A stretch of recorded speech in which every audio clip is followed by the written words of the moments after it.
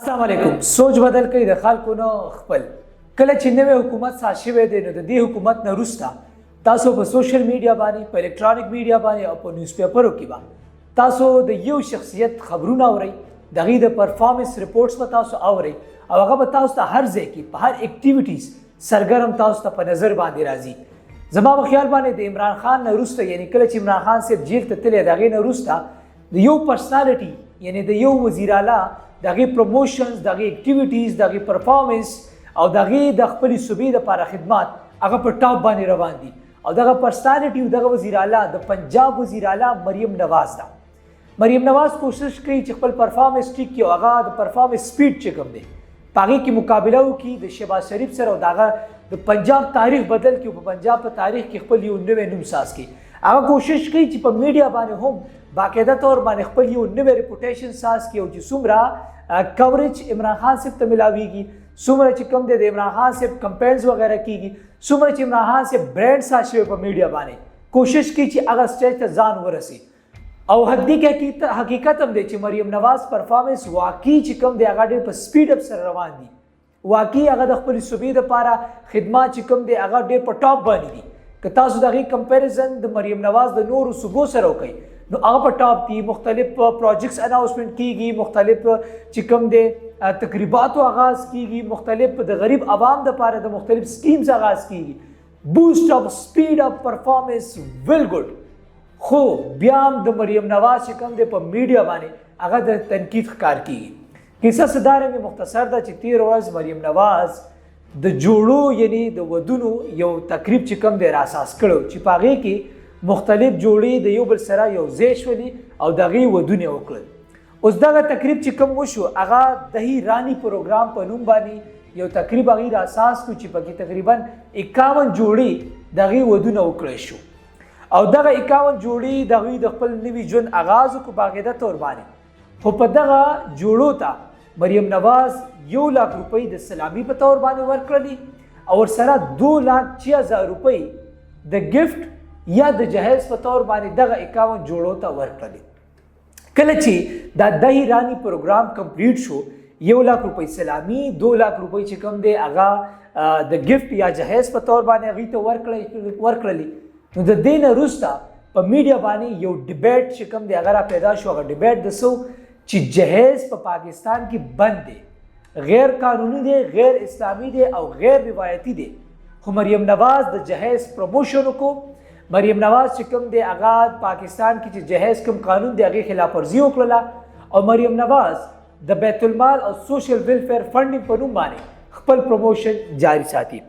دغه تقریب کې مریم نواز دا خبره وکړله چې په مئی 2025 پورې به موږ تقریبا د 3,000 جوړو ودونه کوو، مزید دا سلسله به جاری. د فروری اخرې ته به تقریبا 1500 جوړې نورو ودونه هم وکړی شي او هغوی ته به هم داسې قسمه د 1 लाख روپو سلامي او د 2,40,000 روپو جهیز یا ګفټس وغیره ورکړی کېږي. دا د هغې یو میشن دی چې د هغې آغاز یې باقاعده طور باندې په دغه تقریب کې وکړو.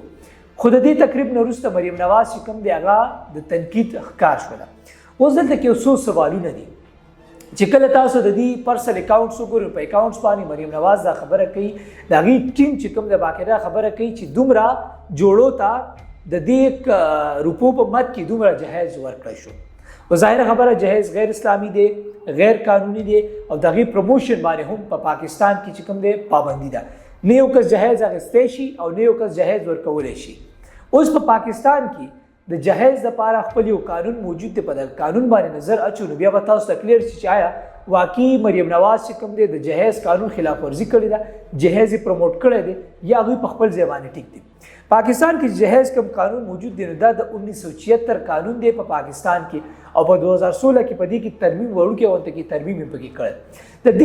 د دې قانون تر لاندې چې کوم سړی جهیز واخلي یا جهیز ورکړي نو هغه باندې 2 کاله جیل چې کوم دی یعنی 2 کاله قید او 10,000 روپۍ جرمانه او په هغه باندې باقاعده طور باندې لګي.